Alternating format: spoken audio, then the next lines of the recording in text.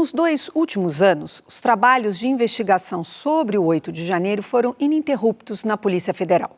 Só nesta semana, os peritos criminais terminaram a análise do último celular apreendido com as milhares de pessoas presas durante e após os ataques.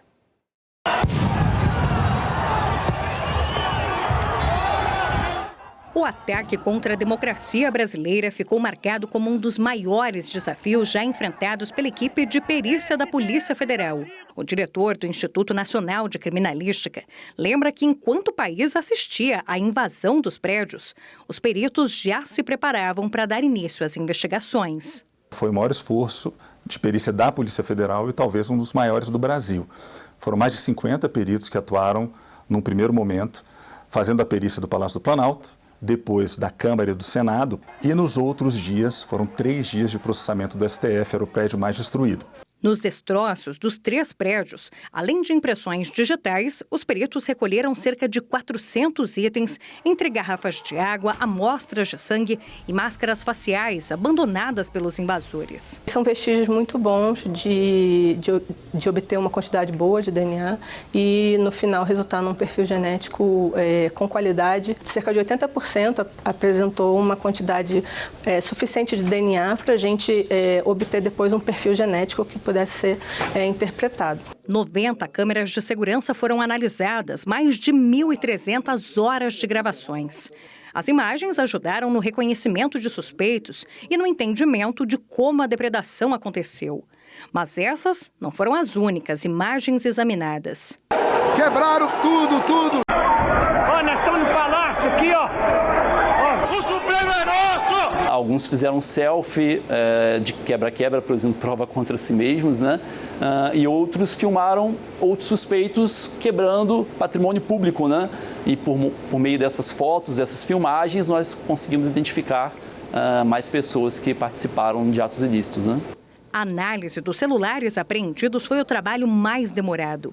Ao longo de 2 anos, 65 peritos foram recrutados para trabalhar em Brasília. Com auxílio de equipamentos como estes, os peritos da Polícia Federal conseguiram executar uma das principais etapas para ter acesso aos dados dos celulares, a quebra das senhas. Somente dessa forma, várias informações podem ser extraídas para então serem analisadas pelos investigadores. Faltando um dia para o marco de 2 anos dos ataques do dia 8 de janeiro, o último dos 1.200 celulares que foram apreendidos teve a perícia finalizada e o laudo será entregue ao Supremo Tribunal Federal. Temos um sistema de análise de dados chamado IPED, que ele é capaz de fazer transcrição automática de áudios e a gente consegue fazer pesquisas por palavras-chave, né, e chegar aos áudios mais relevantes de forma mais rápida, né? As conclusões das investigações são repassadas ao STF.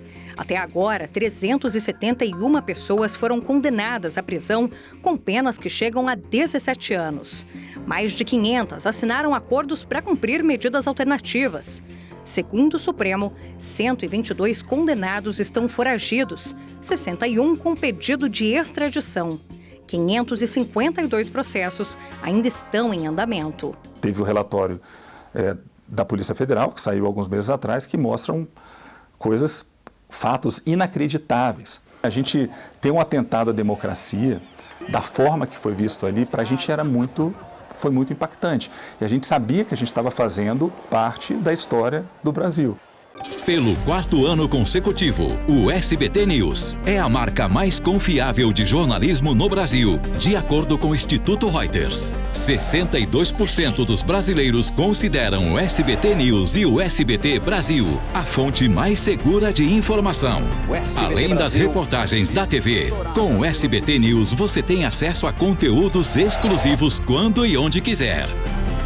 SBT News. Notícias que você pode confiar.